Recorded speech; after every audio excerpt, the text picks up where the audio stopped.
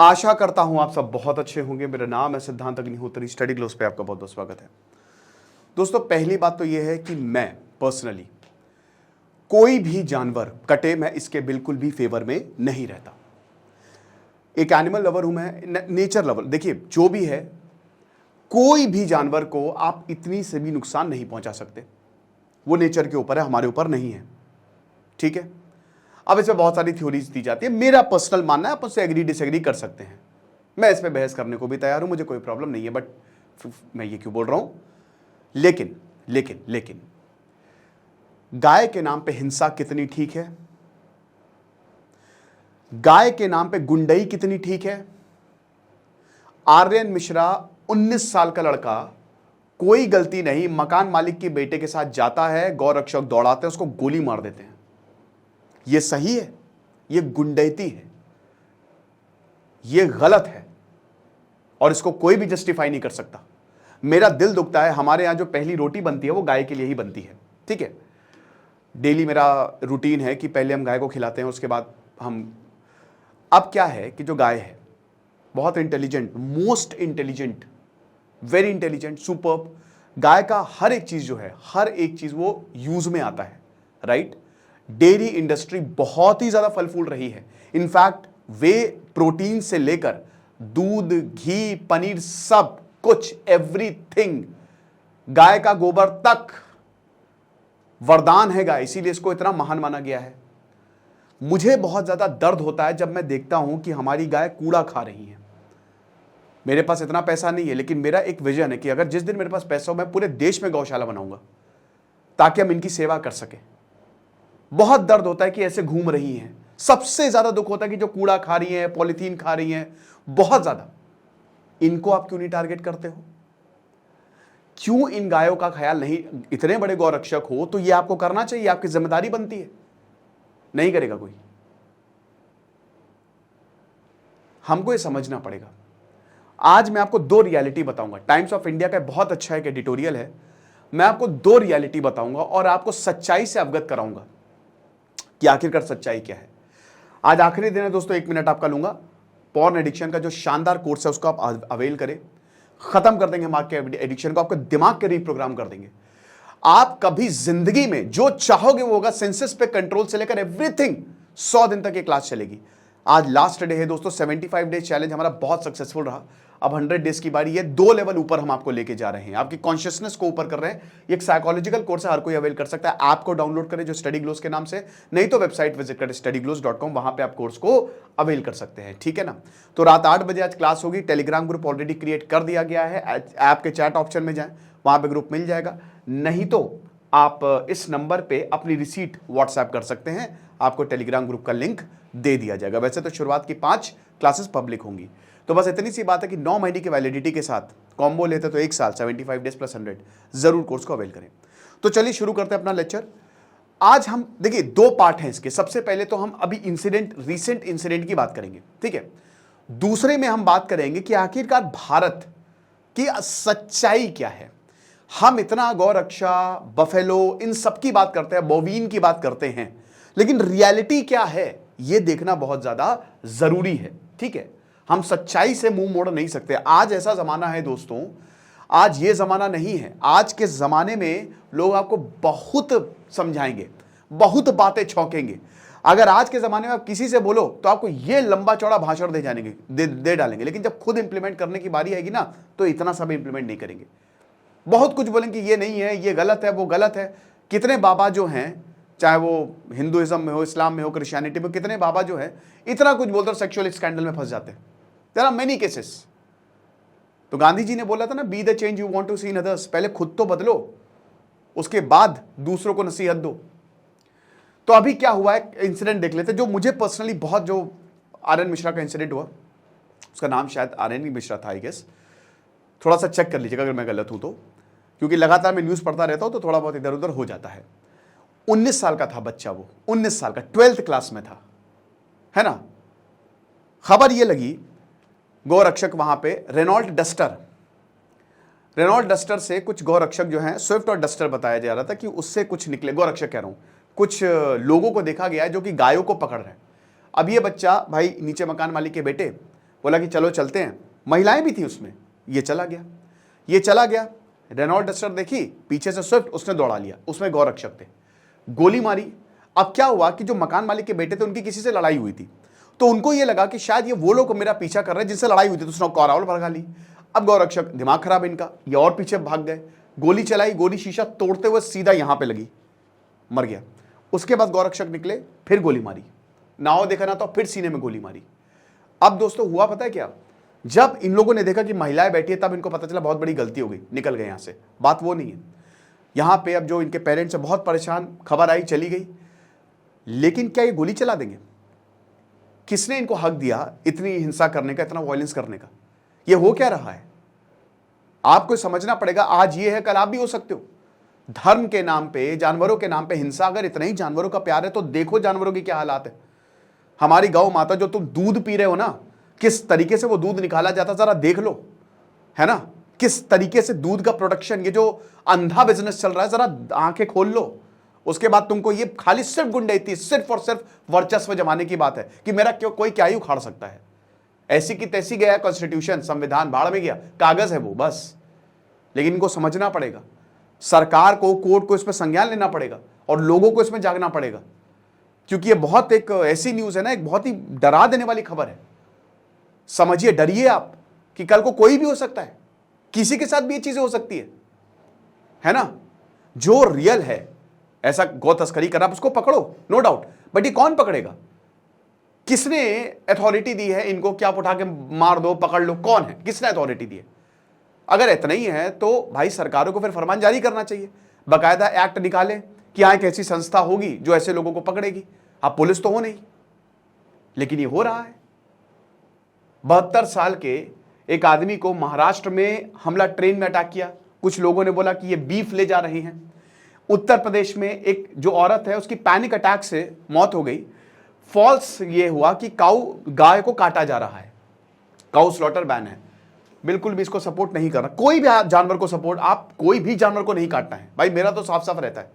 किसी भी जानवर को, वो बेजुबान है, अजीबोगरीब तर्क दिए जाते हैं, मुझे समझ में नहीं आता कि उनको तुमको कैसे पता उनको भगवान ने भेजा है? फर्जी की बात कर रहे हो, भगवान ने भेजा तो क्या छटपटाते हो? आप किसी को मारने जाओगे पहले भागेगा, फालतू के तर्क दिए जाते हैं। बिल्कुल किसी भी तरीके का एनिमल स्लॉटर बैन होना चाहिए, दैट्स व्हाट आई फील।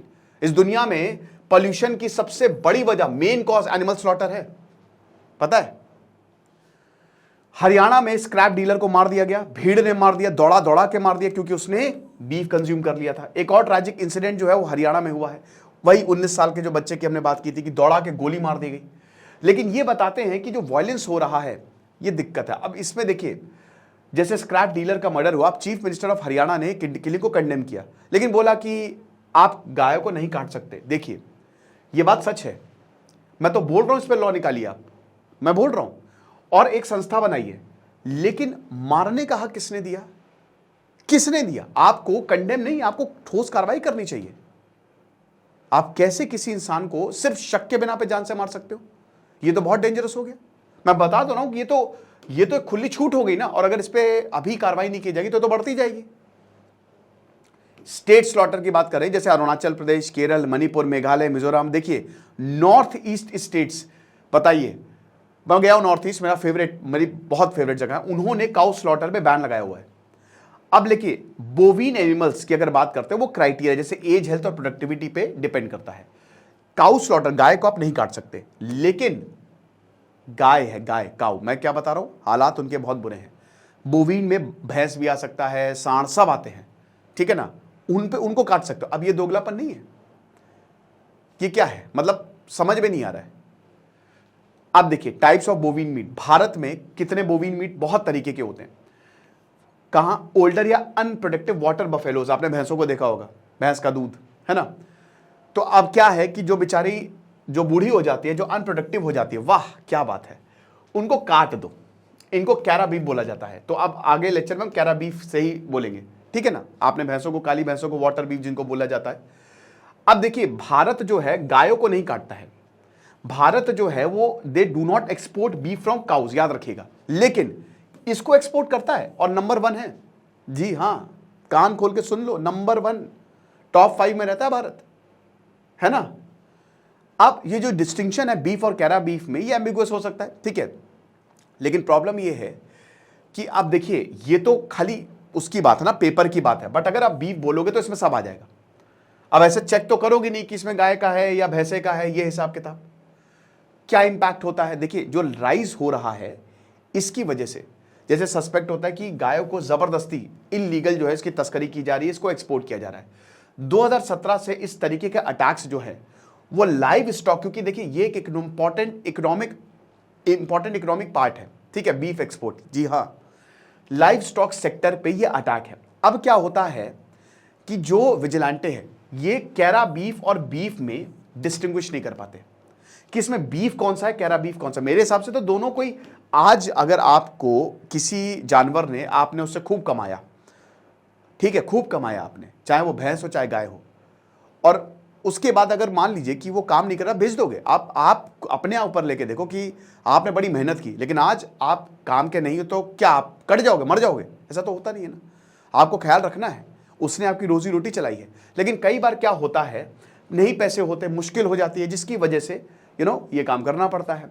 अब हुआ क्या है कि इसकी वजह से जो बफेलो मीट इलीगली ट्रांसपोर्ट करते हैं, वॉयलेंट कॉन्फ्रंटेशन हमको देखने को मिला है। सबसे बड़ी बात क्या है, वॉयलेंस हो रहा है। अब सेक्टर डिसरप्शंस हमको देखने को मिल रहे हैं। मतलब मान लीजिए किसी को लाइसेंस मिला हुआ है, दुकानों को लाइसेंस मिलता है, बिल्कुल, कैरा बीफ आप एक्सपोर्ट कर सकते हो, बफेलो को काट सकते हो, यस, काऊ को छोड़ के। अब क्या होता है कि वो डर रहे हैं कि भैया हम नहीं, कुछ भी हो जाए हम बफेलो मीट को एक्सपोर्ट नहीं करेंगे। 15% तक ये ड्रॉप हुआ है और लाइव स्टॉक सेक्टर में डिसरप्शन हमको देखने को मिल रहा है। किसान और ट्रेडर्स कह रहे हैं कि देखिए हम यहां पे, अब ये डर का माहौल है और हम जो भी काम कर रहे हैं उसको क्लोज करेंगे, ये हम बहुत समय से करते आ रहे, लेकिन अब जो है हम नहीं करने वाले। ये आप देख सकते हो, जो बफेलो और कैटल मीट है, भारत के मीट प्रोडक्शन का 20% है, ठीक है। अब देखिए 2007 देखिए, और ये देखिए जो रेड में है वो बफेलो मीट है, ठीक है, जो नीले में है, क्योंकि आगे लेक्चर में डिस्टिंक्शन नहीं है, नीले में कैटल मीट है, ठीक है ना। तो अब ये देखिए बफेलो मीट जो है वो बढ़ता ही जा रहा है। ये 1.6, मतलब कितना ज्यादा जो है ये लगातार बढ़ गया है। ये 2022-23 का देखिए, ठीक है, इतने डॉलर तक, 1.6 बिलियन डॉलर तक ये ऊपर ही जाता जा रहा है, राइट, यहां तक पहुंच गया। यहां से शुरू हुआ, यहां डिसरप्शन आया, यहां तक पहुंच गया। तो पहली बात तो ये है, और ये 2014 के बाद की, अब अभी की बात हो रही है। पहली बात तो ये है कि ये बढ़ रहा है, बिजनेसेस का, घट नहीं रहा है। कैटल मीट बल्कि कम हुआ है, कैटल मीट कम हुआ है, अजीब बात है। बाकी चीजों का मीट अदर देन काउ, ठीक है, या बोवीन एनिमल्स। 3.7 बिलियन डॉलर की एक्सपोर्ट अर्निंग है। 2011 से लेकर 2012 तक भारत ने बहुत जबरदस्त सर्ज देखने को मिला बफेलो मीट में, जो 51% तक बढ़ गया, 1.8 बिलियन से 2.9 बिलियन डॉलर तक चला गया, ठीक है। हम नंबर 1 हो गए बफेलो प्रोडक्शन में, बफेलो जो मीट एक्सपोर्ट होता है उसको बेचने में। अब दुनिया के सबसे बड़े बोवीन मीट एक्सपोर्टर हम, बताइए, गाय की पूजा जहां पे की जाती है वहां पे, अरे गाय नहीं है ना, बेच दो उठा के। एक्सपोर्ट वैल्यू तब से 3.7 बिलियन डॉलर तक है गुरु, गिरी नहीं है, इतनी मेंटेन्ड है। तो कोई कितना भी बोल ले, सच्चाई ये है, सच्चाई ये है। कोविड-19 में ट्रेड वैल्यू 3.1 बिलियन डॉलर तक गिरी, सेक्टर जो है तब भी ग्रो करता रहा। कोई भी डिसरप्शन आए, बोवीन मीट में कमी नहीं आएगी। अब जो वैल्यू है वो 17% से 2023-2024 तक और बढ़ गई, यानी कि घटी नहीं है, ये बढ़ी है। आंखें खुल रही है कुछ। ग्लोबल रैंकिंग देखिए, भारत तीसरा एक्सपोर्टर है बोवीन मीट का, ब्राजील और ऑस्ट्रेलिया से पीछे। क्या की फैक्टर्स हैं? सबसे पहली बात है, हमारे यहां स्टॉक बहुत ज्यादा है वाटर बफेलो का, भर भर के। एक देखा होगा ना, भैंसे चलती जाती हैं, ये हिसाब किताब। फिर प्रोडक्शन कॉस्ट बहुत ही कम है क्योंकि स्टॉक ज्यादा है। $2.05, यानी कि लगभग 160 रुपए 1 किलो। ब्राजील में $4.34, ऑस्ट्रेलिया में $5.81, यानी कि ब्राजील और ऑस्ट्रेलिया में जहां पे यही मीट आपको 500 रुपए किलो मिलता है, 160 रुपए किलो। अमेरिका में $6.73।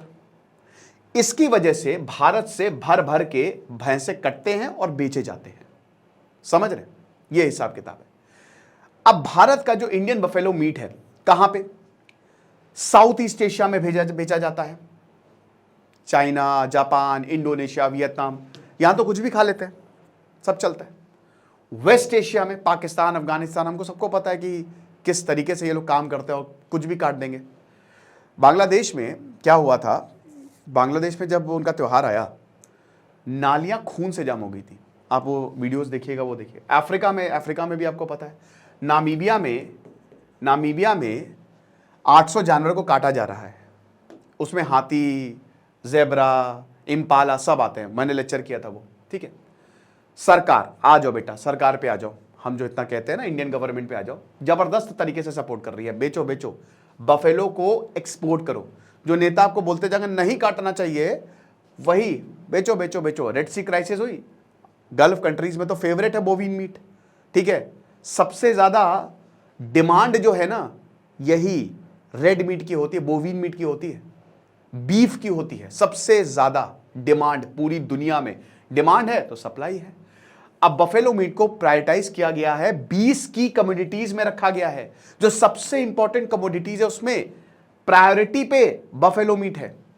सरकार ने एग्रीमेंट रशिया और इंडोनेशिया से किया है कि हम मार्केट एक्सेस को और ज्यादा एक्सपैंड करेंगे ताकि पैसे कम दिए जा सके, और जबरदस्त ग्रोथ देखने को मिली है। अब देख लो बेटा, कौन से राज्य में सबसे ज्यादा? 2010 में $50 बिलियन तक भारत ने कमाए। उत्तर प्रदेश में सबसे ज्यादा एक्सपोर्ट हुआ, 45%, $22.7 बिलियन। यूपी में, महाराष्ट्र में 40%, $20 बिलियन, और हरियाणा जहां पे ये घटनाएं हुए 10%, $5 बिलियन।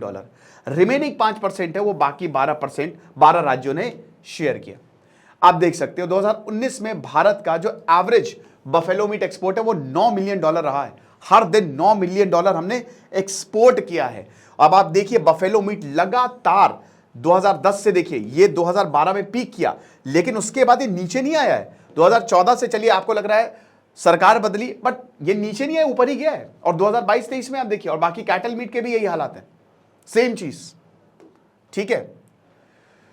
तो 60% मैन और 45% वुमेन जो है वो कुछ ना कुछ मीट खाते हैं। मतलब देखिए, वेजिटेरियन होना ना वो हर किसी के आज के बात है नहीं, लोग हो रहे हैं। वैसे दुनिया में कुछ देश तो ऐसे हैं जहां पे कहते हैं कि अगर आप नॉनवेज नहीं खाते तो वहां पे आप घूमने तक नहीं जा सकते। पाकिस्तान में तो ये हालत है कि आटे तक में थोड़ा थोड़ा मीट मिला दिया जाता है। मुश्किल है, लेकिन याद रखिएगा कि मैं पर्सनली इसको बहुत ज़्यादा सपोर्ट करता हूँ, स्पेशली अगर आप एक स्पिरिचुअल जर्नी पे हो। इट इज़ वेरी इंपॉर्टेंट, ठीक है। 60% ऑफ, मतलब आधे से ज़्यादा भारतीय जो है ना वो नॉनवेज है। और अब ये भी मैं बता दूं कि इंडिया जो है, सबसे ज़्यादा वेजिटेरियंस आपको इंडिया में ही मिलेंगे, ठीक है। चिकन, मीट, फिश एक हफ्ते में एक बार खाते हैं। आज नवरात्र नहीं खाए, ये मुझे अजीब, आज भाई नवरात्र है, आज पितृपक्ष आ गए, आज ये हो गया, आज वो हो गया, तब नहीं खाएंगे। अरे भाई, भगवान ये नहीं देख रहा है, कोई पर्टिकुलर दिन नहीं गया तो भगवान खुश हो गया। भगवान बोलता है कि ये क्या खाना खा रहा है रे तू, क्या पागल बनेगा रे तू। ऐसे कुछ नहीं होता यार, ये तो भगवान थोड़ी ना देखता है कि आज ये दिन है। भगवान को इससे कोई मतलब ही नहीं है। ये तो वही बात होगी कि इस दिन मर्डर नहीं करूंगा। हम ऐसे तो बहुत बड़े मर्डरर हैं, लेकिन पर्टिकुलर दिन मर्डर तो मर्डर है। गांव में 11% जो फूड बजट है वो एग, फिश, मीट को जाता है। अर्बन हाउस होल्ड में 9% है। 70% जो भारत की पॉपुलेशन है वो नॉनवेज फूड खाती है। यस, और ये एक तरीके से, मतलब आप देख सकते हो कि आधे से ज़्यादा भारतीय जो है नॉनवेज खाता है। बफेलो मीट की बात करें तो सबसे ज़्यादा कहाँ पे? Uttar Pradesh, Andhra Pradesh, Kerala, West Bengal, Maharashtra. Domestic consumption बढ़ रहा है, यानी कि एक तो डिमांड आपकी बाहर भी बढ़ रही है और घर में भी बढ़ रही है। बाहर और घर, इंटरनेशनल और नेशनल, दोनों जगह आपकी डिमांड जो है वो बढ़ती जा रही है। नाबार्ड ने ये बताया था, अभी नाबार्ड का एग्जाम भी हुआ, कि डिमांड है तो इसीलिए सप्लाई, और सप्लाई इसलिए क्योंकि इसके स्टॉक की कोई कमी नहीं है, ढेरों बफेलोज हैं। तो ग्लोबल डेटा की अगर बात करते हैं तो जैसे अगर आप डिफरेंस देखो, ठीक है, डोमेस्टिक कंजम्पशन 3 मिलियन टन से, यानी कि 2 गुना है 2002 के फिगर से। यानी कि एक तरीके से पिछले 20 सालों में डिमांड जो है इंटरनली हमारे घर में 2 गुनी ज्यादा हो गई है। OECD और FAO की रिपोर्ट्स की बात करें तो ये आप देख सकते हैं कि 3.1 मिलियन टन्स की बात है यहाँ पे, ठीक है। ओईसीडी और एफएओ रिपोर्ट से बता रहे हैं कि 3.1 मिलियन टन जो है वो इतना ज्यादा जो है, ये क्या हो रहा है भाई एकदम से, एक मिनट रुकिएगा जरा, एक मिनट रुकिएगा जरा।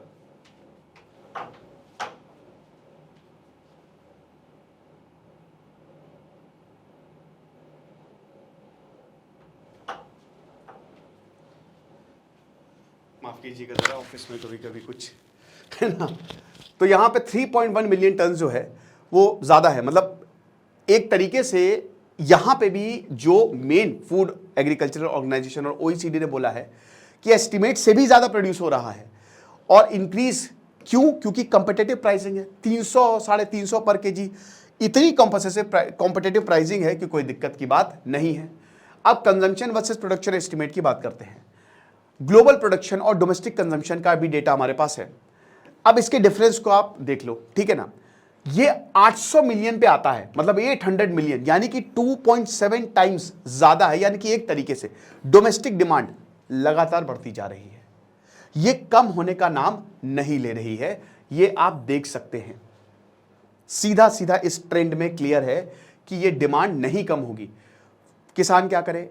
इंडियन जो है वो क्यों भैंसों को पालते हैं? दूध के लिए। भैंस का दूध बड़ा, वैसे तो गाय का दूध, लेकिन भैंस का दूध जो है उसके लिए पाला जाता है। अभी A2 milk, right, A2 milk की बात सरकार इनिशिएटिव कह रही है कि भाई जितना ज्यादा हो सके आप हर्ड साइज बढ़ाइए और ज्यादा बफेलो को पालिए। फार्मर्स बोल रहे हैं, देखिए एक बार उनका काम हो गया बफेलो का, उसके बाद उनके कोई काम नहीं रहती, तो ये मीट के लिए उनको बेच देते हैं। जब वो प्रोडक्टिव नहीं है, जब वो दूध नहीं दे सकती, बेच दो। फिर उसके बाद जब ये बेचते हैं तो 15,000 से 25,000 एक बफेलो, एक भैंस का इनको इतना मिलता है, क्योंकि इनके कोई काम की नहीं रहती, ठीक है। ट्रांसपोर्ट कॉस्ट बहुत ज्यादा हाई है। किसान क्या करता है, कई बार डायरेक्ट मार्केट में नहीं, ट्रेडर्स को बेचता है। ये हर जगह आपको देखने को मिलेगा। मार्केट बहुत दूर है भाई, भैंस को ले जाना उसी में ही कम से कम 5-6 हज़ार रुपए लग गए। इससे अच्छा है कि ट्रेडर घर पे आए और ले जाए। लाइव स्टॉक मार्केट इनको और ज्यादा रिटर्न देगा। ट्रेडर्स बहुत इंपॉर्टेंट रोल प्ले करते हैं ट्रांसपोर्ट और एग्रीगेट करने में। देखा ना, बड़ी वो इन्हीं ट्रेडर्स पे हमला हो रहा है, ठीक है। ये जो ले जा रहे हैं, जैसे देखिए इलीगली ले जा रहे हैं तो बहुत गलत है, लेकिन ये तो इन्हीं पे ही हमला हो रहा है। तो बफेलो मीट प्रोसेसिंग प्लांट्स जो हैं, वो चीजें हैं। तो आप देख सकते हैं कि भारत में इस समय 3 करोड़ के करीब कैटल और बफेलोस हैं। 300 मिलियन, ठीक है, सॉरी 30 करोड़, 3 करोड़ नहीं, 300 मिलियन, 1 मिलियन इक्वल टू 10। तो वही कह रहे हैं कि इतने सादा बहुत ढेरों जो है वो कैटल्स हैं। और बफेलो की अगर बात करते हैं तो ये भी आपका लगभग 40 मिलियन पे खड़ा हुआ है, ठीक है, 4 करोड़ के करीब। अब एवरेज देख लीजिए आप, लगभग आधे से ज्यादा स्लॉटर कर दिए जाते हैं, काट दिए जाते हैं। बफेलो की जितनी पॉपुलेशन है, कैटल की जितनी पॉपुलेशन है, आधे से ज्यादा। प्रॉब्लम क्या होता है, देखिए क्यों किसान जो है वो बेच देते हैं। सबसे पहली बात तो ये है कि फॉडर शॉर्टेज। भाई आप अगर किसी जानवर को पाल रहे हो, उसको खिलाना है, उसको पिलाना है, सब आपके ऊपर है, लेकिन चारा मिलता नहीं है, फॉडर शॉर्टेज इंक्रीज हो जाता है। उसके बाद जो फीडिंग कॉस्ट है वो लार्जेस्ट एक्सपेंस, 234 रुपए हर दिन आपको खिलाने पे ही जाता है, राइट। इसलिए किसान कहते हैं कि भाई इतना तो हम ही नहीं कमा रहे, तो उठा के बेच दो। सेल एक्सट्रीम वेदर कंडीशन की वजह से बहुत डिस्ट्रेस सेल, या फिर किसानों को बिल्कुल रिटर्न नहीं मिलता है, तो जब एक कैटल को वो मेंटेन नहीं कर सकते तो वो बेच देते हैं। लगभग बता रहे ना कि 10 से 12 मिलियन, 1 से 1.5 करोड़ के काफ्स। अब ये जो बफेलो काफ्स है, जो बच्चे हैं, समझ रहे हो, उनको तो वैसे भी माँ का दूध नहीं पीने के, वो भगा देते हैं, निकाल देते हैं उनको, क्योंकि दूध तो खाली हमको बेचना है। तो दे आर रिमूव्ड, बच्चों को हटा के काट देते हैं, समझ रहे, ये हालात है। फिर उसके बाद जैसे कुछ रेशुअलिस्टिक, जैसे कई जगह भैंसों की बलि दी जाती है, जैसे बुंदेलखंड में अन्ना प्रथा है, उसमें उनको, उन गायों को रिलीज कर दिया जाता है जो प्रोडक्टिव नहीं है या फिर जो अनअफोर्डेबल है, ठीक है ना। अब ये क्योंकि बताते हैं, अब जैसे क्या होता है कि आप इनको छोड़ देंगे तो भाई ये क्या करेंगे, क्रॉप्स को डिस्ट्रॉय करेंगे, कॉन्फ्लिक्ट और ज़्यादा फार्मर्स और स्ट्रे एनिमल्स में बढ़ेंगे, ये हिसाब किताब रहता है। तो अन्न प्रथा में इसमें वही है कि जो भी अनप्रोडक्टिव है उसको आप छोड़ दीजिए। कंसिक्वेंसेस यही होता है, देखिए बैन अगर आप कर देंगे स्लॉटरिंग पे, एक रेगुलेशन होना चाहिए मेरे हिसाब से। तो अगर मेरी माने तो पहले आपको सही इसको ठीक करिए, सिस्टम को ही ठीक करिए, और उसके बाद किसी भी एनिमल पे हमको देखिए बैन तो लगाना पड़ेगा। आप ऐसे तो किसी को मानिए, मेरा मानना है। मैं देखिए इसके इकोनॉमिक एंगल है, मैं समझ सकता हूँ, मुश्किल है, लेकिन ये मेरा मानना है। ठीक है, आप मुझसे एग्री डिसएग्री कर सकते हैं कि मैं पर्टिकुलरली स्लॉटर में बिल्कुल भी बिलीव नहीं करता। सबका साथ सबका विकास। बाकी आप हमारे कोर्स को जरूर अवेल करें। अब आपने देखा ये चीजें हैं, एक तरफ हम बात तो बहुत करते हैं, लेकिन दूसरी तरफ देखिए राज्य क्या कर रहे हैं और देश क्या कर रहा है। तो आपको इमोशनल होकर फैसले नहीं लेने हैं, आपको डेटा और फैक्ट्स के हिसाब से फैसले लेने हैं, वरना सरकार अब तक ये बैन कर देती, बैन कर चुकी होती। ये लेक्चर को ज़्यादा से ज़्यादा शेयर करो और हमारे कोर्स को जरूर अवेल करें। Thank you so much.